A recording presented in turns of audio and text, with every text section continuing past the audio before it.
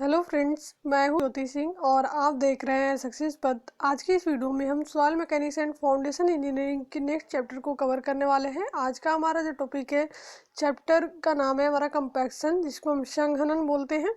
तो इसको आज हम देखेंगे पूरी डिटेल इस चैप्टर को इस वीडियो में। तो इस वीडियो पर इन तक बने रहें और इस वीडियो को अपने फ्रेंड के साथ ज़्यादा से ज़्यादा शेयर करें।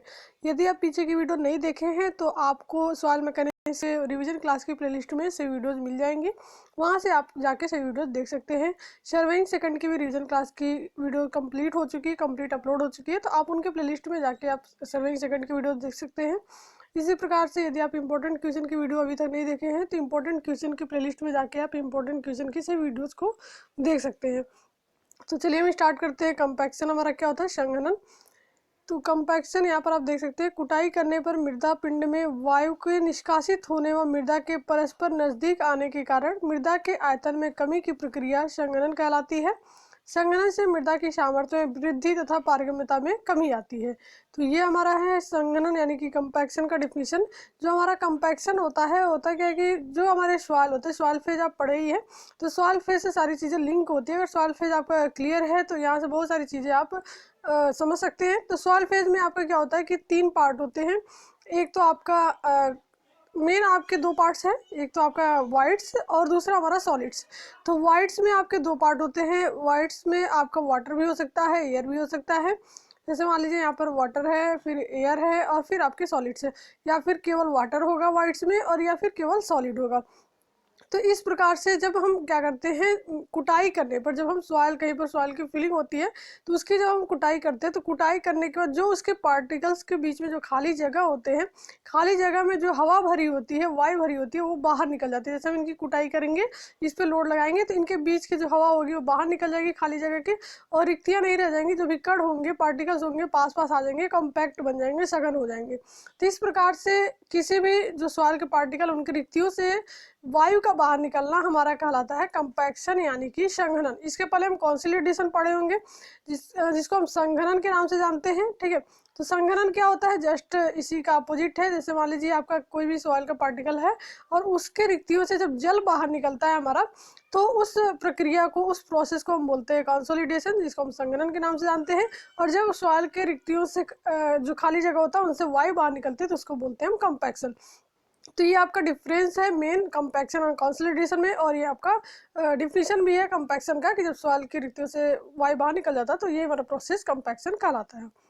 संघनन से क्या होता है? मृदा की सामर्थ्य में वृद्धि होती है और इनकी पारगम्यता में कमी आती है। पारगम्यता में कमी या वृद्धि का मतलब आप ऐसे नहीं समझ सकते कि पारगम्यता में कमी है और पारगम्यता में वृद्धि है। तो इसका मतलब आप तब तक नहीं समझ सकते जब तक आपको क्लियर पारगम्यता के बारे में पूरी डिटेल ना पता हो।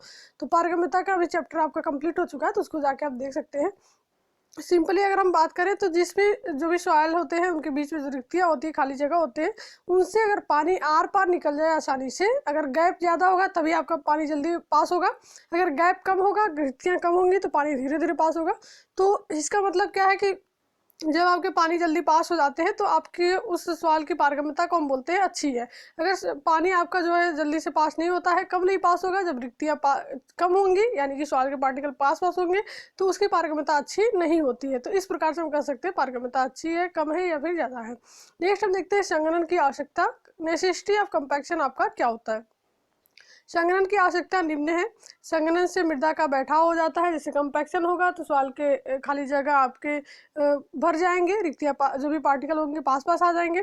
तो इससे क्या होगा? मृदा का बैठाव भी होता है, सेटलमेंट भी होता है, उसके आयतन में भी कमी आती है। इसकी धारण क्षमता में जो बियरिंग कैपेसिटी होती है इसमें भी वृद्धि होती है। मृदा की अपरूपण सामर्थ्य में जो शियर स्ट्रेंथ होती है उसमें भी वृद्धि होती है। मृदा के स्थायित्व में भी वृद्धि होती है और पारगम्यता में आपकी कमी आती है। तो पारगम्यता में कमी किस प्रकार से आएगी? क्योंकि जब हम कंपैक्शन करेंगे, कुटाई करेंगे सॉइल का, तो उनकी रिक्तियों से जो वायु होगा बाहर निकल जाएगा और उनके जो पार्टिकल्स होंगे पास पास आ जाएंगे, यानी कि खाली जगह यानी कि रिक्तियाँ उसमें नहीं रहेंगी, तो पानी आपका पास नहीं हो पाएगा। इसलिए क्या कहते हैं, उसको पारगम्यता में कमी आएगी। नेक्स्ट हमारा है संघनन। जो संघनन है उसके उद्देश्य क्या है, पर्पज क्या है कंपैक्शन के? तो संघनन के उद्देश्य निम्न है। फर्स्ट हमारा पॉइंट है निचले क्षेत्रों में निर्माण कार्यों के लिए मिट्टी का भराव।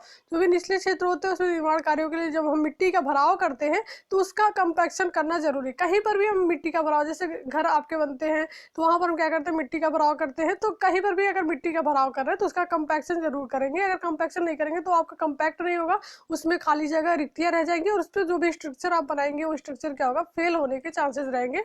तो इस प्रकार से कहीं पर भी मृदा का हम भराव करते हैं तो वहां पर कंपैक्शन करना जरूरी होता है। दूसरा हमारा पॉइंट है नदियों के तटबंधों का निर्माण। जब भी हम नदियों के तटबंध बनाते हैं तो उसका निर्माण करते हैं तो वहां पर हमें कंपैक्शन की जरूरत पड़ती है। इस उद्देश्य से भी हम कंपैक्शन जो हमारा होता है ये कंपैक्शन के उद्देश्य है। नहर के किनारों व पटरी का निर्माण। जो नहर के किनारे होते हैं उनके निर्माण में भी हमें कंपैक्शन की ये उद्देश्य है कंपैक्शन का। नेक्स्ट पॉइंट हमारा है भराव में नहर के खंड का निर्माण। फिर हमारा मिट्टी के बांध का निर्माण, जो डैम हम बनाते हैं, ये उद्देश्य हमारा कंपैक्शन का। सड़क के कार्यों में नीचे स्थान पर निर्माण कार्य आदि। तो ये सभी आपके पर्पज है कंपैक्शन के, ये संघनन के उद्देश्य हमारे हैं। नेक्स्ट हमारा है अनुकूलतम जलांश, यानी कि ऑप्टिमम मॉइस्चर कंटेंट आपका क्या होता है, ये आपका इंपॉर्टेंट पॉइंट है, एग्जाम में पूछा जाता है। तो मृदा में उपस्थित जल की वह मात्रा जिस पर मृदा का शुष्क घनत्व तो अधिकतम होता है। ये पॉइंट आप याद रखेंगे। एक लाइन में अगर डिफिनेशन देते हैं अनुकूलतम जलांश का, OMC इसको हम बोलते हैं शॉर्टकट में, ऑप्टिमम मॉइस्चर कंटेंट। तो मृदा में उपस्थित जल की वह मात्रा जिस पर मृदा का शुष्क घनत्व तो अधिकतम होता है, यानी कि जिस जल की मात्रा पर, मृदा में जो जल की मात्रा उपस्थित है तो जिस पर आपका शुष्क घनत्व तो अधिकतम होगा, जो ड्राई डेंसिटी होगी वो अधिकतम होगी, तो उसी को हम बोलते हैं अनुकूलतम जलांश कहते हैं उसको हम। मृदा में जलांश की मात्रा अनुकूलतम जलांश से कम अथवा अधिक होने पर उसका शुष्क घनत्व अधिकतम शुष्क घनत्व से भी कम ही होगा। जो आपका क्या होगा, मृदा में जलांश की जब मात्रा होगी अनुकूलतम जलांश से कम या अधिक होगी तो उसका शुष्क घनत्व अधिकतम शुष्क घनत्व से कम ही होगा। ठीक है, तो ये आपका हो गया ऑप्टिमम मॉइस्चर कंटेंट, जिसको हम OMC के नाम से जानते हैं। नेक्स्ट हमारा है मॉनक प्रोक्टर संघनन परीक्षण। ये भी आपका इंपॉर्टेंट है, एग्जाम में पूछा जाता है। तो स्टैंडर्ड कंपैक्शन टेस्ट आपका क्या होता है, यदि आपको किसी भी सब्जेक्ट की 5th सेमेस्टर की जो भी सब्जेक्ट है उनके अगर हैंड रिटन नोट्स चाहिए PDF में, तो आप हमारे टेलीग्राम ग्रुप को ज्वाइन कर सकते हैं। वहाँ पर आप मैसेज कर सकते हैं यदि आपको नोट्स की ज़रूरत है। तो लिंक आपको इस वीडियो के डिस्क्रिप्शन में मिल जाएगा, टेलीग्राम का भी, या फिर इंस्टाग्राम यूज़ करते हैं तो इंस्टाग्राम पर भी आप हमें फॉलो कर सकते हैं, वहाँ पर हमें मैसेज कर सकते हैं कोई भी आपकी क्वेरी है। तो चलिए हम देखते हैं मानक प्रोक्टर संघनन परीक्षण आपका क्या होता है। भराव वाले स्थानों पर संघनन क्रिया कराने से पूर्व प्रयोगशाला में यह परीक्षण अधिकतम शुष्क घनत्व एवं अनुकूलतम जलांश प्राप्त करने हेतु किया जाता है। तो अभी हमने एक टर्म पढ़ा अनुकूलतम जलांश। तो ये आपका अनुकूलतम जलांश क्या होता है, जो आपके सॉइल में जो जल की मात्रा होती है, तो जिस जल की मात्रा पर आपका जो शुष्क घनत्व होता है अधिकतम होता है, वही हमारा क्या होता है, अनुकूलतम जलांश कहलाता है। तो जो भी भराव वाले स्थान होते हैं जिस पर संघनन क्रिया कराने से पूर्व हम क्या करते हैं, प्रयोगशाला में यह परीक्षण अधिकतम शुष्क घनत्व एवं अनुकूलतम जलांश प्राप्त करने के लिए करते हैं। कौन सा परीक्षण, मानक प्रोक्टर संघनन परीक्षण हम करते हैं प्रयोगशाला में। किसके पहले, संघनन क्रिया कराने से पहले ही हम ये परीक्षण करते हैं। यह परीक्षण सन 1933 में कैलिफोर्निया यानी अमेरिका में RR प्रोक्टर ने बांध निर्माण हेतु किया था। यह परीक्षण RR प्रोक्टर ने बांध निर्माण के लिए किया था 1933 में। भराव कार्यों हेतु यह परीक्षण अत्यंत महत्वपूर्ण है। यह उपकरण बेलनाकार होता है, इसका आंतरिक व्यास 100 mm एवं ऊंचाई 127.3 mm तथा आयतन इसका 1000 सेंटीमीटर क्यूब होता है। तो ये आपकी जो डायमेंशन है इस ऑपरेटर्स के, जो आपका मानक प्रोक्टर संघनन परीक्षण करते हैं जिससे हम, तो ये आपका इंपॉर्टेंट है, एग्जाम में ये भी पूछा जाता है कि जो आपका स्टैंडर्ड प्रोक्टर टेस्ट होता है उसके जो ऑपरेटर्स है उसका डायमेंशन क्या होता है। तो इसका आंतरिक जो व्यास होगा 100 mm होगा, ऊंचाई इसकी 127.3 mm होती है और जो इसका आयतन है, वॉल्यूम है 1000 cc होता है। इसके ऊपर की ओर एक कॉलर लगा सकते हैं जो 60 mm ऊंचा होता है, जो मृदा भरने के बाद अलग कर देते हैं। इसे रिमूवेबल कॉलर भी कह सकते हैं। सांचे के नीचे एक आधार प्लेट होती है जिसे अलग किया जा सकता है। आधार प्लेट को सांचे में कसने की व्यवस्था होती है। संघनन क्रिया कराने हेतु मृदा के लिए एक दुर्मुट यानी कि रैमर की व्यवस्था होती है। रैमर का भार 2.6 kg होता है। ये आपका इंपॉर्टेंट है, जो रैमर होता है आपका उसका भार, आपका दुर्मुट जिससे हम बोलते हैं, उसका भार 2.6 kg होता है। उठाकर गिराने की ऊंचाई, ये हम जो मानक प्रोक्टर संघनन में यूज कर रहे हैं उसके रैमर का ये वेट है, ये अलग अलग भी हो सकता है। जो हम स्टैंडर्ड प्रोक्टर संघनन परीक्षण में हम यूज करते हैं रैमर दुर्मुट, उसका वेट है 2.6 kg। उठाकर गिराने की ऊंचाई अर्थात पात ऊंचाई, जिसको हम हाइट ऑफ ड्रॉप बोलते हैं, 31 सेंटीमीटर होती है। इसका क्या मतलब है कि एक आपका बेलनाकार साँचा होता है जिसकी हाइट बता दी गई, इंटरनल डाया बता दिया गया, तो ये सारी चीज़ें, इसका आयतन बता दिया गया। तो इसको हम क्या करते हैं, एक प्लेट पर रखते हैं। प्लेट हम हटा भी सकते हैं, बाहर से हम लगाते हैं प्लेट, इस प्लेट के ऊपर ये साँचा रख देते हैं। इसके ऊपर हम क्या करते हैं, इसमें हम सॉइल फिल करते हैं और इसके ऊपर से हम एक कॉलर लगा देते हैं। कॉलर को भी हटा सकते हैं, रिमूवेबल होता है आपका। और उसके बाद से हम इनकी कुटाई करके और वहाँ से हम इनका जो भी टेस्ट वगैरह, इसमें हम कुटाई कैसे करते हैं, जो हमारा रैमर होता है, जो हमारा दुरमुट होता है, उसकी मदद से हम कुटाई करते हैं। तो दुरमुट हम क्या करते हैं, ऊपर से ऐसे 2.6 kg का वेट होता है, तो कितनी ऊंचाई पर उठाकर इसको हम क्या करते हैं, 31 सेंटीमीटर की ऊंचाई पर उठाते हैं और फिर हम इसको इस सॉइल पर गिराते हैं। फिर हम 31 सेंटीमीटर ऊंचाई उठाते हैं, फिर हम गिराते हैं। तो इस प्रकार से इनकी जो कंपैक्शन होता रहता है, संघनन होता रहता है। तो इस प्रकार से हम करते हैं। ये आपका मानक प्रोक्टर संघनन परीक्षण है। यहाँ पर आपको ऑपरेटर्स भी दिखाया गया है, ये आप देख सकते हैं। यहाँ पर ये प्रोक्टर मोल्ड और रैमर के बारे में दिखाया गया है। मोल्ड है आपका 180 mm, यहाँ से डिस्टेंस दी गई है। ये 150 mm है। ये 100 mm इनकी जो मोटाई है, थिकनेस है, यहाँ पर आपका दिखाया गया है। ये 10 mm सॉरी, और ये आपका यहाँ पर दिया गया है, ठीक है। तो इस प्रकार से ये सारा आपका देखिए, कॉलर को पकड़ने की पिन होती है, यहाँ पर कॉलर हम लगा सकते हैं ऊपर से। ये आपका कॉलर है, आप देख सकते हैं, ठीक है। ये कॉलर है, इस कॉलर को हम अलग से लगाते हैं और इसकी हाइट 68 mm 68 mm दी गई है। ये आपका रैमर यहाँ पर आपको दिखाया गया है, यही आपका रैमर है और जिसकी ऊंचाई आपकी देख सकते हैं। ये आपका रैमर लगा हुआ है, इसको हम उठाकर 31 सेंटीमीटर ऊपर से और फिर गिराते हैं। आपका यहाँ पर 2.5 या 2.6 kg इसका वेट होता है। तो इस प्रकार से ये आपका जो मानक प्रोक्टर संघनन परीक्षण में हम यूज करते हैं मोल्ड और रैमर, तो इसका ये फिगर दिखाया गया आपको, डायग्राम। नेक्स्ट हम देखते हैं संशोधित प्रोक्टर संघनन परीक्षण। तो दो आपके ऐसे टेस्ट है, एक तो आपका स्टैंडर्ड प्रोक्टर संघनन परीक्षण, जो आपको अभी बताया गया क्या क्या प्रोसेस है, कैसे करते हैं, जो भी उसमें आपका ऑपरेटर्स था उसका जो भी डायमेंशन है क्या होता है।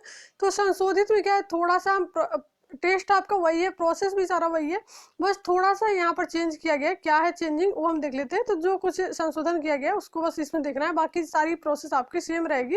जैसे हम उसमें टेस्ट करेंगे वैसे इसमें भी करेंगे। तो देखिए, संशोधित आप एक मॉडिफाइड जो प्रोक्टर कंपैक्शन टेस्ट है वो क्या होता है।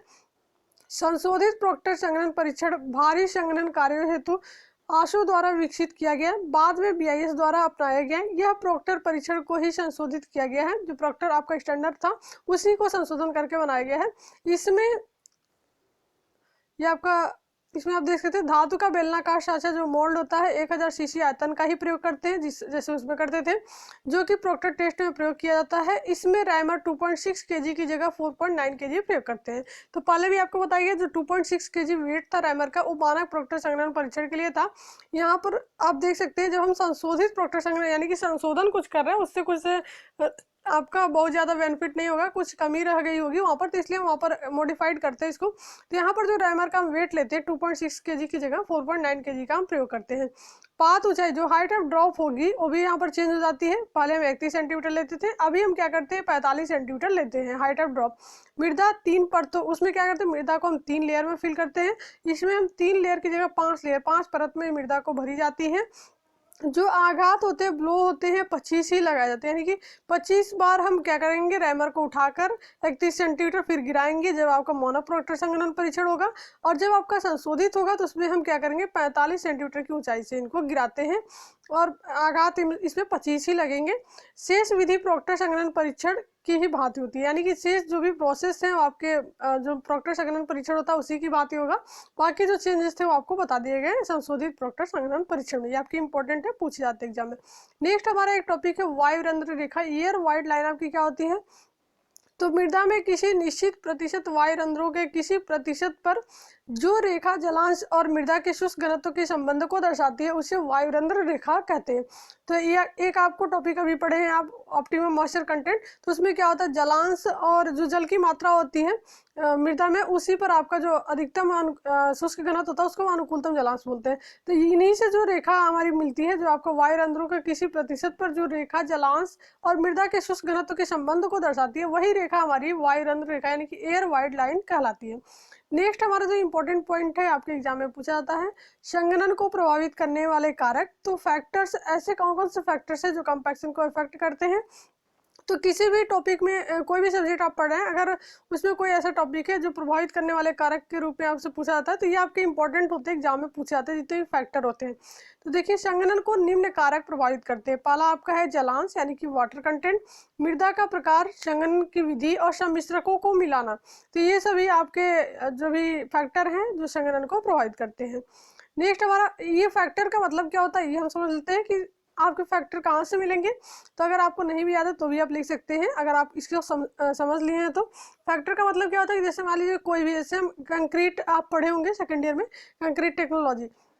तो इसमें क्या होता है, जो कंक्रीट हम बनाते हैं तो कंक्रीट के कुछ कंपोनेंट्स होते हैं, उसको यूज़ करके हम बनाते हैं। जैसे हमारा हो गया बाइंडिंग मटेरियल में सीमेंट का यूज़ कर लिए, फिर हम सैंड यूज़ कर लिए, फिर हमारा क्या होता है एग्रीगेट होता है और वाटर होता है। तो इनको हम मिला के, कुछ एडमिक्सचर भी हम यूज़ कर सकते हैं अगर ज़रूरत होगी तो फिर इनको हम मिला के क्या करते हैं, कंक्रीट तैयार करते हैं। तो कंक्रीट के जो कंपोनेंट थे, सीमेंट, सैंड, एग्रीगेट और वाटर। तो अब प्रभावित करने वाले कारक कौन होंगे, कोई बाहरी कारक नहीं होंगे, इन्हीं में से होंगे। यानी कि जिन मटेरियल का, यानी जो भी कंपोनेंट्स हम यूज़ कर रहे हैं कोई भी मटेरियल बनाने में, तो वही कंपोनेंट उनको प्रभावित भी करेंगे। जैसे कि आपका सीमेंट अगर कम या ज़्यादा मात्रा में यूज़ करेंगे तो कोई ना कोई इफेक्ट पड़ेगा, सैंड की कम या ज़्यादा मात्रा यूज़ करेंगे तो कोई ना कोई इफेक्ट पड़ेगा, ऐसे एग्रीगेट, ऐसे फिर वाटर का भी। तो आपके जो कंपोनेंट यूज़ करके कोई मटेरियल हम बना रहे हैं तो वही उसके प्रभावित करने वाले कारक भी वहीं से हो जाते हैं। उसकी मात्रा कम ज़्यादा हम करते हैं तो वो उसको प्रभावित करते हैं, यही आपके हो जाते हैं फैक्टर। तो इसी प्रकार से संघनन को प्रभावित करने वाले कारक भी वही है। जैसे जलांश की मात्रा क्या होगी, कम ज़्यादा होगी, जो भी होगा इफेक्ट करेगा। मृदा का प्रकार, टाइप्स ऑफ सॉइल भी इफेक्ट करेगा। संघनन की जो विधि होगी, जो मेथड होगा कंपैक्शन का, वो भी इफेक्ट करेगा। और जो हम एडमिक्सचर को यूज करते हैं वो भी आपका इफेक्ट करेगा। तो ये हो गए प्रभावित करने वाले कारक। नेक्स्ट हमारा स्थल संघनन की विधियाँ, जो हमारी फील्ड मेथड ऑफ कंपैक्शन होता है, उसके मेथड कौन कौन से होते हैं, तो ये हम देख लेते हैं। संघनन की स्थल पर कौन कौन सी विधियाँ होती है। तो इंजीनियरिंग कार्यों हेतु मृदा का संघनन निम्न विधियों से किया जा सकता है। जो आपका कंपैक्शन करते हैं सॉइल का, निम्न विधि से हम कर सकते हैं। पहला आपका है हस्त विधि, यानी कि मैनुअली, जैसे हम दुर्मुट के द्वारा करते हैं तो हमारा हस्त विधि हो गया, मैनुअली इसको हम बोलते हैं। दूसरा हमारा जो मेथड है यांत्रिक विधियां, यानी कि मैकेनिकली जो मेथड होता है, जैसे हम रोलर वगैरह के द्वारा करते हैं। तो जैसे अब देखिए, इसका यूज हम कहाँ पर करेंगे, मैनुअली हम कहाँ पर यूज करते हैं और मैकेनिकली हम कहाँ पर यूज करते हैं। तो जब आपका जो एरिया है अगर कम है, ठीक है, छोटा एरिया है, या फिर ऐसा एरिया है जहाँ तक आपके रोलर वगैरह नहीं पहुँच सकते, ठीक है, कंजेस्टेड कोई एरिया है, गली वगैरह है, तो उसके अंदर आप अगर सॉइल की फिलिंग करें, और वहाँ पर कंपैक्शन करना तो जरूरी है, चाहे कहीं पर भी आप सॉइल की फिलिंग करें।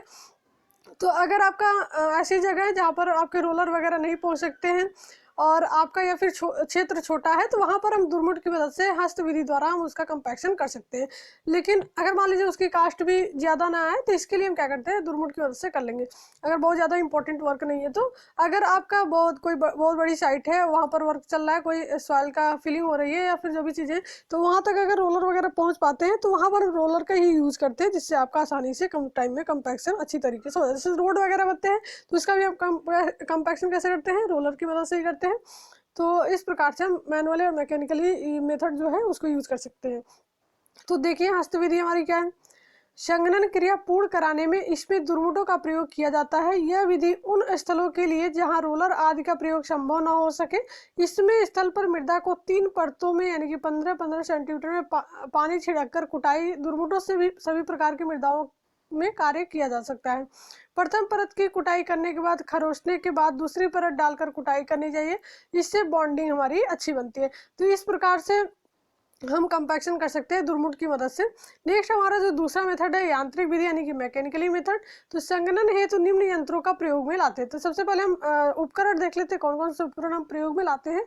तो एक तो हमारा होता है रोलर, फिर हमारा होता है वाइब्रेटर और रैमर। तो 3 प्रकार के उपकरण हम प्रयोग में लाते हैं मैकेनिकली जो मेथड होता है।